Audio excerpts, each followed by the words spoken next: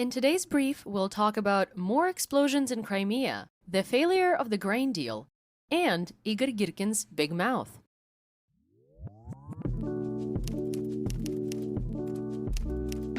I'm Yewleea, and today is Friday, July 21st, 2023. You're listening to the Ukraine War Brief podcast, where we bring you up to speed on the war in Ukraine in about 20 minutes or less. Let's get started with the news in Ukraine from the front. Russia is continuing to suffer enormous losses in Ukraine, with military casualties now exceeding 240,000. On July 19th alone, roughly 530 Russian personnel were killed, and 33 drones, 19 artillery systems, and 6 tanks were destroyed. On July 20th, about 680 Russian troops were killed, 4 tanks, 15 combat vehicles, 18 artillery systems, 7 airborne weapons, 15 operational tactical unmanned aerial vehicles, UAVs, a flying drone, 5 winged missiles, 11 vehicles, and a unit of special equipment. An anonymous Ukrainian official told the Washington Post that the armed forces of Ukraine have started using cluster munitions, quote, against Russian forces in southeastern Ukraine in a push to break up well-fortified Russian positions that have slowed Ukraine's summer offensive, end quote. Video surfaced on social media of cluster munitions being used in Krasnohorivka in the Mariinka operational area. In an interview with BBC Ukrainian service, Commander of the Ground Forces of the Armed Forces of Ukraine, Colonel General Alexander Syrsky, reported that Russian forces in Bakhmut have been semi-encircled and conditions are set to retake the city, but, quote, with 10 times smaller losses, end quote, than Russia experienced in capturing Bakhmut. According to Syrsky, Bakhmut is of strategic importance because it's a road hub connecting Debaltseve, Siversk, Gorlivka, Konstantinivka, and Slovyansk. Geolocated footage backs up Syrsky's claims, and Ukraine now controls Orikhovo-Vasylivka after a grinding battle. High concentrations of Russian troops in the Bakhmut operational area are preventing further progress, and there are multiple reports that Ukraine is running low on ammunition, especially artillery shells, and any breakthroughs are commendable. France 24 reported that Ukrainian soldiers are using Soviet-era howitzers dating back to the 1970s. One soldier said their hit rate is 80% after 3 tries. Russian defensive fortifications are still providing significant challenges for Ukraine and have managed to prevent a major breakthrough so far. Moving on to the home front, Russian forces attacked Odessa on the night of the 20th, causing a fire to break out and injuring 2 people. One of the people injured was rescued from under the rubble while working at the site of a building that has collapsed, according to the Odessa Oblast Military Administration. 18 were injured in an attack on Mykolaiv overnight on July 19th, 20th. 9 of them, including 5 children, required hospitalization. The Ukrainian Air Force reported on Facebook that in all, Russia launched 7 Onyx cruise missiles from Crimea, 4 Kh-22 air-based cruise missiles from 8 Tu-22M3 aircraft over the Black Sea, 3 Caliber sea-based cruise missiles, presumably from a submarine in the Black Sea, 5 Iskander-K land-based cruise missiles from Crimea, and 19 Shahed 136-131 drones from Crimea and Kursk, Russia, overnight. Ukrainian air defenses intercepted 13 drones and 5 of the 19 cruise missiles. Some assessment here. The use of Onyx missiles on the night of July 19th, 20th is fairly novel, although not unheard of in this war. The Onyx was designed as an anti-ship surface-to-surface missile, SSM, and has been pressed into service by Russia due to its dwindling stockpile to target civilian infrastructure. This is similar to what they have done with the S-300, which was designed as a surface-to-air missile, SAM or SAM. The Onyx have a range of about 600 to 800 kilometers and can travel at speeds of up to 4,000 kilometers an hour. Their high speed and very low altitude just above the water make it very difficult for Ukrainian defenses to intercept them. The Security Service of Ukraine, SBU, detained an employee of the state railway operator Ukrzaliznytsia in Dnipro who was gathering information on security and military objects and passing it to a Russian handler, assisting Russia to plan airstrikes against Dnipropetrovsk Oblast. Igor Klimenko, the Minister of Internal Affairs of Ukraine, reported that 31 people in the Ukrainian-controlled territories died as a result of the destruction of the Kakhovka hydroelectric power plant and dam.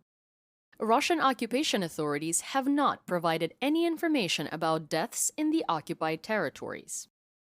In his nightly speech, Ukrainian President Volodymyr Zelensky announced that he had proposed Minister of Culture and Information Policy be dismissed and replaced with someone else, saying that in times of war, quote, museums, culture centers, symbols, TV series, all of this is important, but there are other priorities right now, end quote.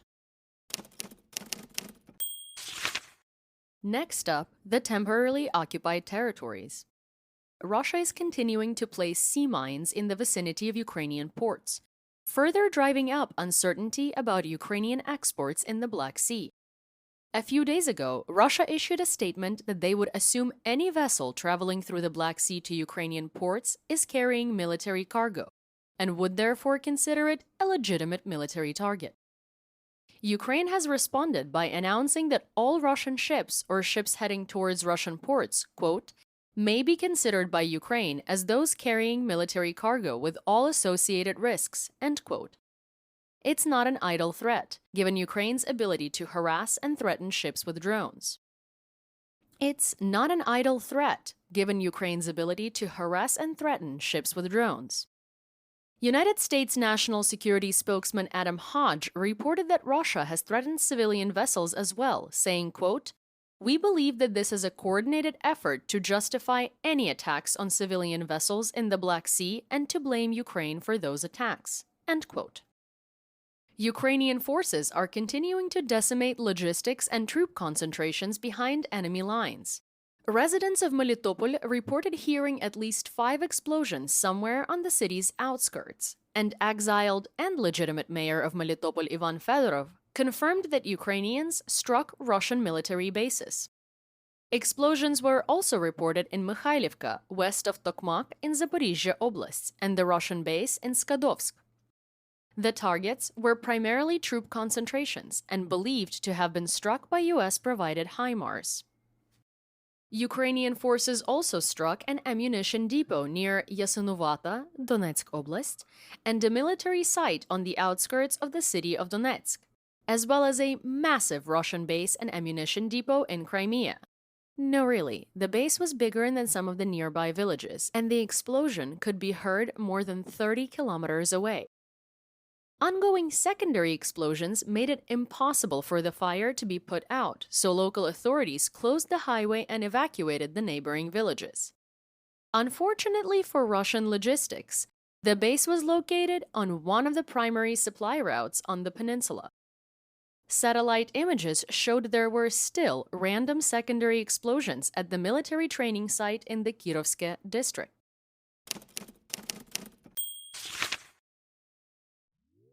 If you're enjoying the episode, please rate us and leave a review on whatever podcast platform you're listening on.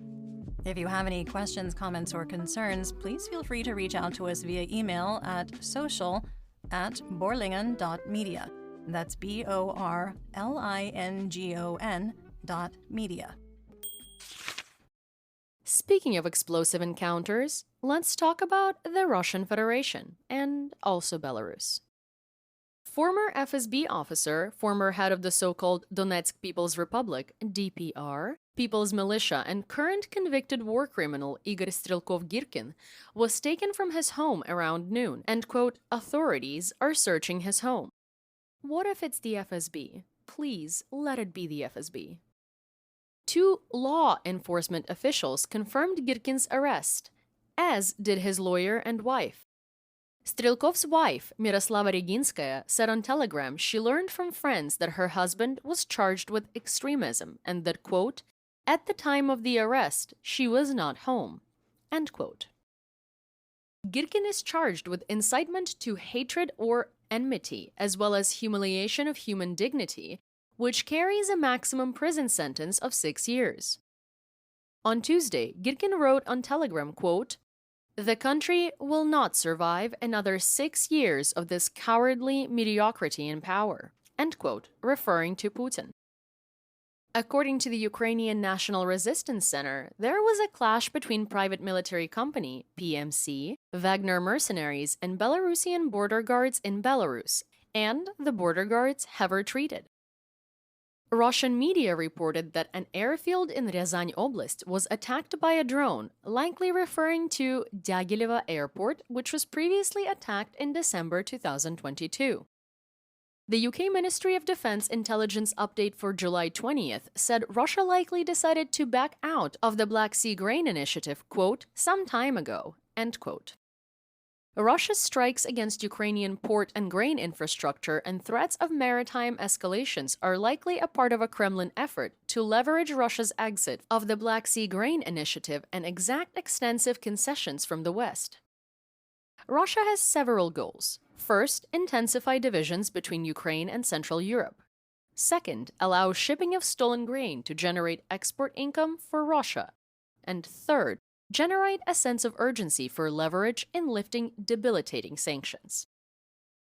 Russian news outlet Vazhnie Istorii reported July 19th that about 400 PMC Wagner convict fighters are waiting in hotels in Anapa, Krasnodar Krai for their pardons. Wagner wants them released by July 29th.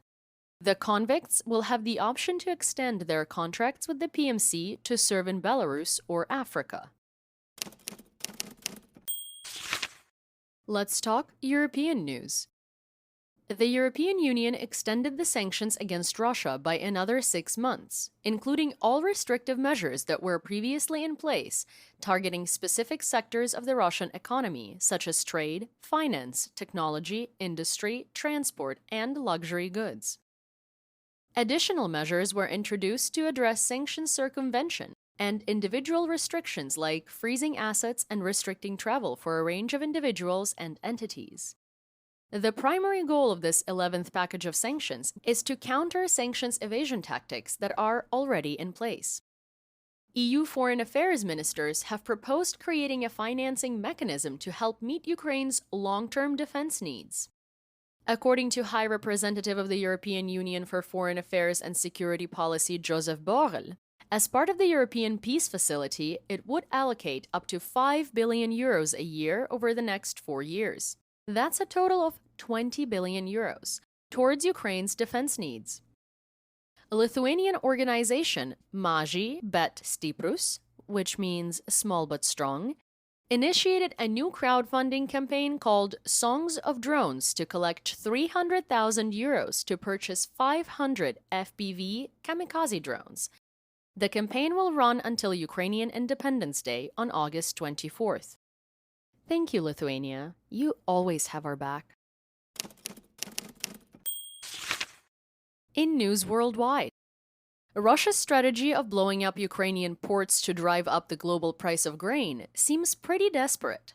Driving up food prices around the world disproportionately hurts Russia's few remaining supporters on the world stage, like China, Syria, Nicaragua, South Africa, Eritrea, Iran, Cuba, and Venezuela.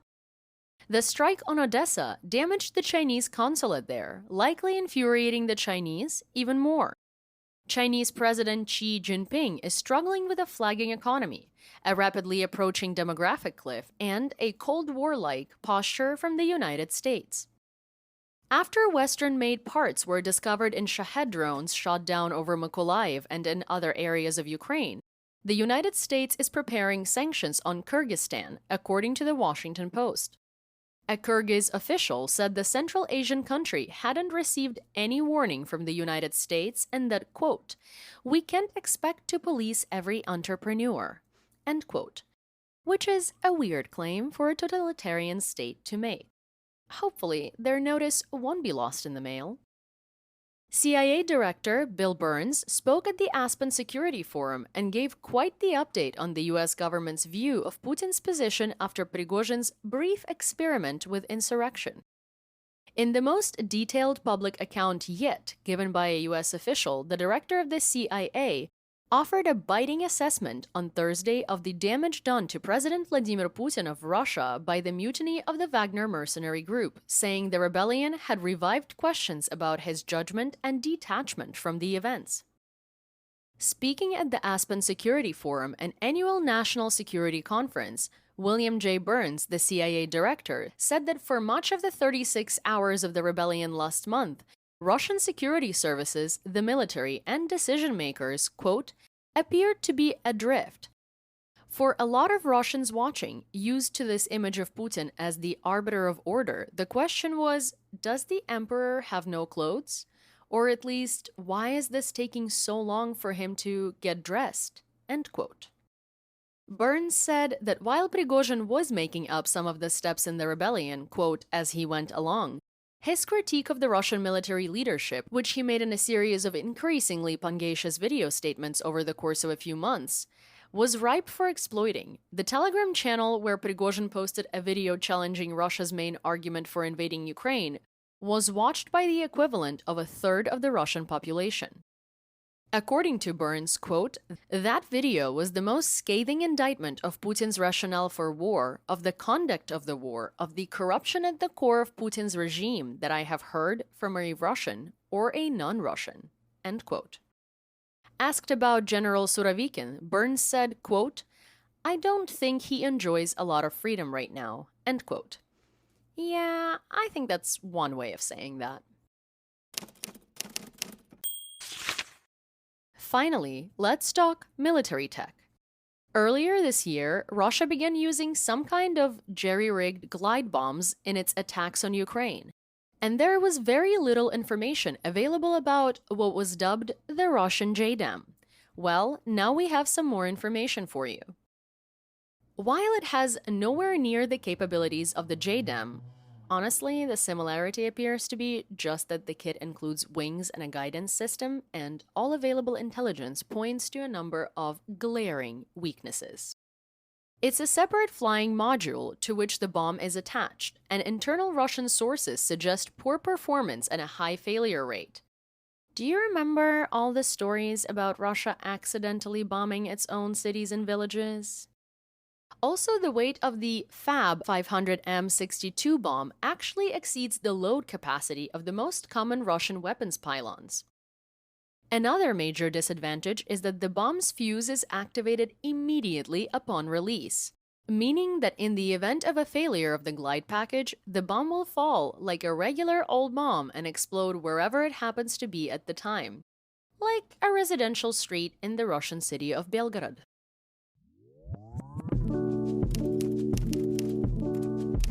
That's the brief for today.